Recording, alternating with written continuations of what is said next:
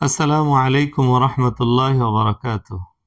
সম্মানিত দর্শক শ্রোতা ভাই ও বোন, হযরত উসমান রাদিয়াল্লাহু তাআলা আনহু বর্ণনা করেন, আমি রাসূলুল্লাহ সাল্লাল্লাহু আলাইহি ওয়াসাল্লামের কাছে শুনেছি, তিনি ইরশাদ করেন, আমার এমন কালিমা জানা আছে, যদি কোনো বান্দা দিল থেকে সেই কালিমা পড়ে বিশ্বাস করে, তার উপরে জাহান্নামের আগুন হারাম করে দেওয়া হবে।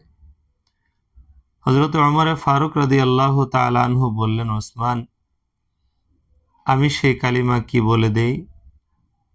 সেই কালিমা হলো ইখলাসের কালিমা, যেই কালিমা আল্লাহ তাআলা মুহাম্মদুর রাসূলুল্লাহ সাল্লাল্লাহু আলাইহি ওয়াসাল্লাম এবং তার আসহাবের উপর আবশ্যক করেছেন।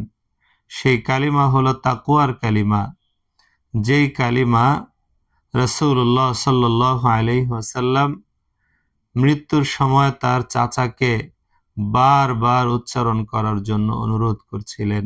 সেই কালিমা হলো এই কথার সাক্ষ্য দেওয়া, আল্লাহ তাআলা ছাড়া কোনো মাবুদ নেই।